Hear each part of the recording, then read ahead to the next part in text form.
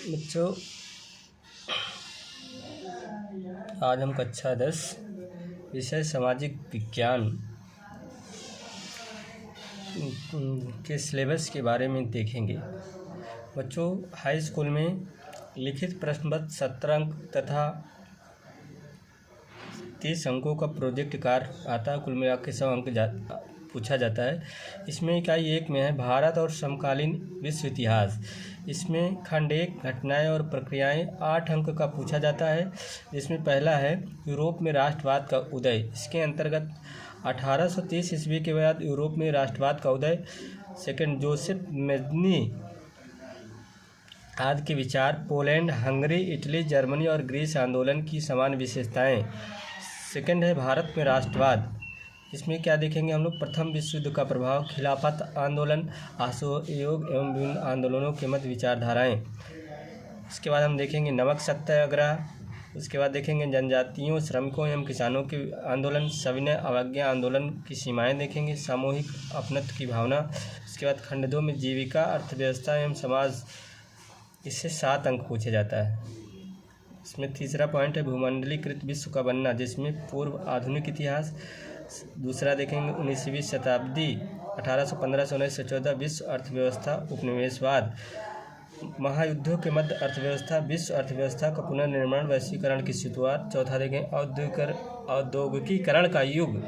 इसमें औद्योगिक क्रांति से पहले एवं औद्योगिक परिवर्तन की गति। दूसरा देखेंगे उपनिवेशों में औद्योगिकीकरण।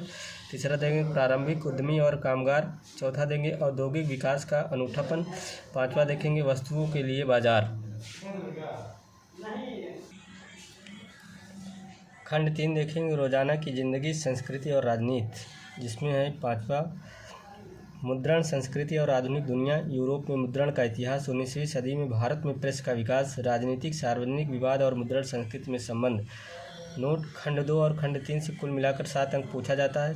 छठा है मानचित्र कार्य, जिसके लिए 5 अंक पूछा जाता है, जिसमें है इतिहास, भारत का रूपरेखा, राजनीतिक मानचित्र। अध्याय 3 भारत में राष्ट्रवाद 1918 से 1930, दर्शाना और नामांकन पहचाना आदि। भारतीय राष्ट्रीय कांग्रेस के अधिवेशन, कलकत्ता सितंबर 1920, नागपुर दिसंबर 1920, मद्रास 1927, लाहौर 1929।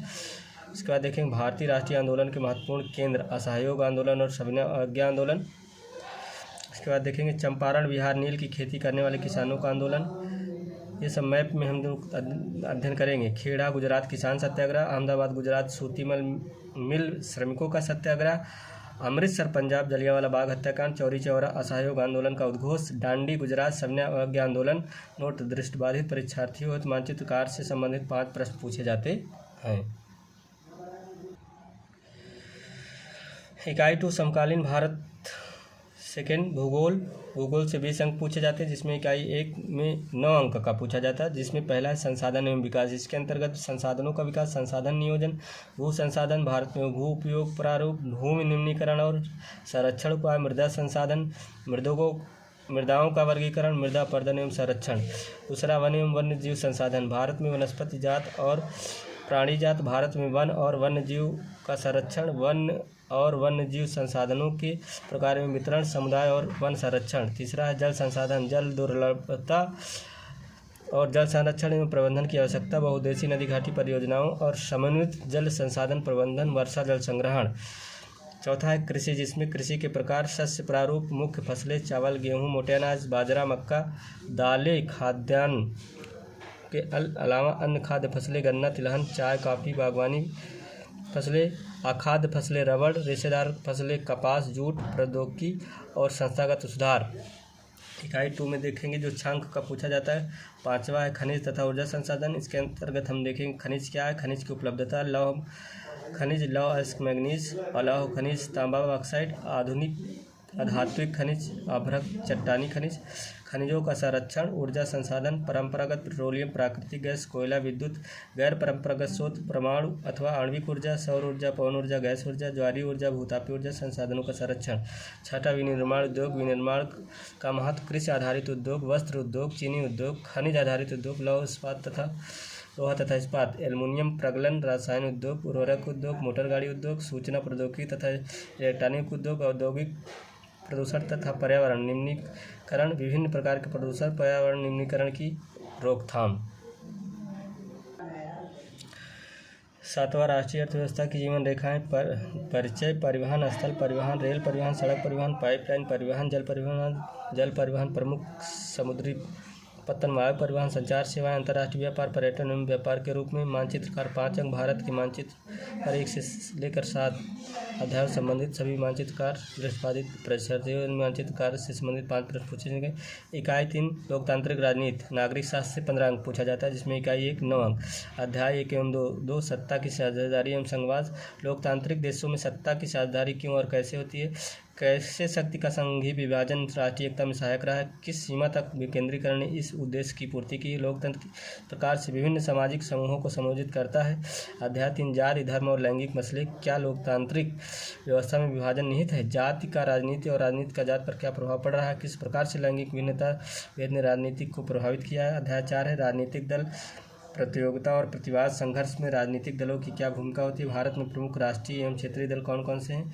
ये चीज़ परहैप्स सिलेबस से में नहीं है। अध्याय 5 है लोकतंत्र के परिणाम। क्या लोकतंत्र को इसके परिणामों से आकलित किया जा सकता है या किया जाना चाहिए? कोई भी व्यक्ति लोकतंत्र से क्या तार्किक अपेक्षाएं कर सकता है? क्या भारतीय लोकतंत्र इन अपेक्षाओं की पूर्ति करता है? क्या लोकतंत्र लोगों के विकास, सुरक्षा और गरिमा को बनाए रखने की अग्रसर रहा है? भारत के लोकतंत्र के किसने जीवित रखा है अथवा किसने भारतीय लोकतंत्र को बनाए रखा? इकाई 4 आर्थिक विकास की समझ। अर्थशास्त्र से 15 अंक पूछे जाते हैं, जिसमें इकाई 1 से 9 अंक। विकास, विभिन्न व्यक्ति, विभिन्न लक्ष्य, आय और अन्य लक्ष्य। राष्ट्रीय विकास, विभिन्न देशों राज्यों की तुलना, आय और अन्य मापदंड। सार्वजनिक सुविधाएं, मानव विकास रोपण, विकास की धारणीता। भारतीय अर्थव्यवस्था के क्षेत्रक सेकंड है आर्थिक कार्यों के क्षेत्र, तीनों क्षेत्रों की तुलना एवं ऐतिहासिक परिवर्तन। भारत में प्राथमिक, द्वितीयक और तृतीयक क्षेत्र। उत्पादन में तृतीयक क्षेत्र का बढ़ता महत्व।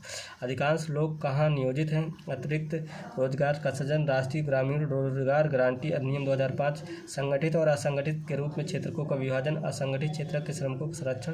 स्वामित्व आधारित क्षेत्रक, सार्वजनिक और निजी क्षेत्रक। मुद्रा और शाख। मुद्रा विनिमय का एक माध्यम। मुद्रा के आधुनिक रूप करेंसी। बैंकों में निक्षेप, बैंकों के ऋण संबंधी गतिविधियां। शाख की 2 विभिन्न स्थितियां। ऋण की शर्तें, विविध प्रकार के शाख प्रबंध। भारत में औपचारिक क्षेत्रक में शाख निर्धनों के स्वयं सहायता समूह। इकाई 2 है जो 6 अंक का पूछा जाता है, इसके अंतर्गत चौथा है वैश्वीकरण और भारतीय अर्थव्यवस्था। अंतर्देशीय उत्पादन, विश्व भर के उत्पादन को एक दूसरे से जोड़ना। विदेशी व्यापार और बाजारों का एकीकरण। वैश्वीकरण को संभव बनाने वाले कारक। विदेशी व्यापार तथा निवेश का उदारीकरण। विश्व व्यापार संगठन। भारत में वैश्वीकरण का प्रभाव। न्यायसंगत वैश्वीकरण के लिए संघर्ष। 5वां उपभोक्ता अधिकार। बाजार में उपभोक्ता आंदोलन। उपभोक्ता अधिकार। उपभोक्ताओं को न्याय पाने के लिए कहाँ जाना चाहिए? जागरूक उपभोक्ता बनने के लिए आवश्यक बातें क्या हैं? ISI क्या है? एगमार्क क्या? उपभोक्ता आंदोलन बढ़ाने के संबंध में। बच्चों, इस पार्ट में हमने सिलेबस के बारे में देखा और इसके अगले भाग में हम यूरोप में राष्ट्रवाद का उदय विषय के बारे में अध्ययन करेंगे। बहुत बहुत धन्यवाद।